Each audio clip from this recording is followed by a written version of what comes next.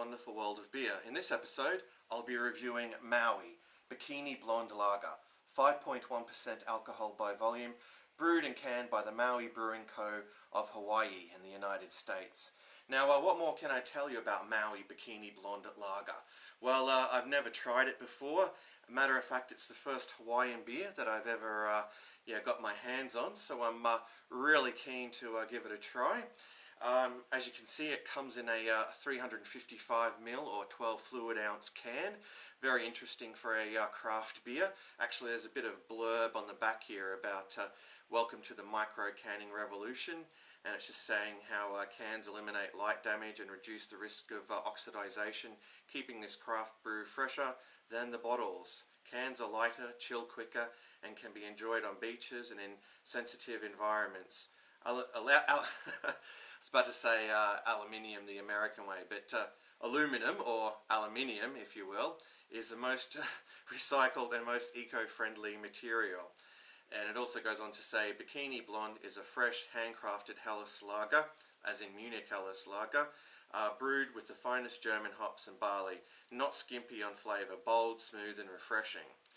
Maui's truly a local brew. That was just a bit scratched out there. Anyway, it looks like it's received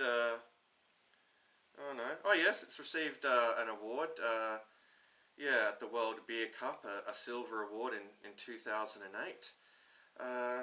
So look, I'm really keen to crack this open. Enough babbling from me. Okay, let's give it a crack.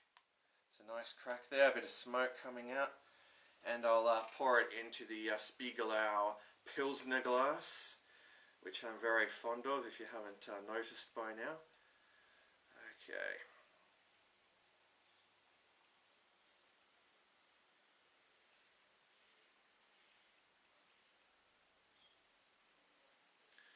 Alright, a nice pour there. Okay. Alright, so let's make an assessment of the appearance, as we always do. Well, the appearance is a very, it's a very golden, yellow colour, somewhat on the hazy side. It's quite carbonated. I don't know if the camera's picking that up, but there's a lot of, bubbles like rushing to the top there. Let's see, its head's dissipating pretty quickly. It's got a very foamy head, but it's just on a little under a finger now, though I think when I poured it, it was about 2 fingers, or just a little under 2 fingers, but sadly it's dissipating quite quickly. Alright, so let's go on to the aroma. Ooh. What I'm picking up first and foremost is a strong smell of citrus, actually, which is very pleasant. There's also some sort of grassy hops present there too, but that's a lot fainter. And some sweet malts as well. But I got to say, for a lager, it's a very pleasant aroma. Cheers to you all, and a special cheers to my old mate Liquidator Amro.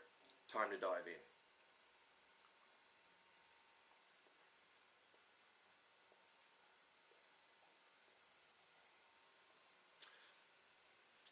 Alright, well, it's got a very nice hot bite to it. Definitely, tasting that citrus, in the finish there. It's very pleasant and very, drying as well. And gee whiz, it just makes me want to take another sip, actually.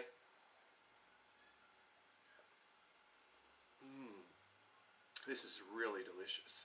Of course, up front, there's those sweet, bready malts that you would expect. They're really, they're really something. This is a lot more like a pale ale than a lager, actually, in my opinion. It's definitely almost bordering on that sort of style, in fact. But I've got to say, it does actually work for it.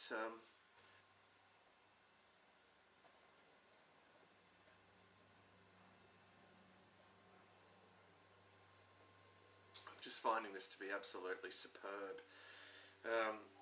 What would I say in terms of its drinkability? Well, it's very drinkable and also very sessionable too. You could have an excellent session on this, as a matter of fact. What would I give it in terms of a score out of 10? Well, I do need to have another gulp.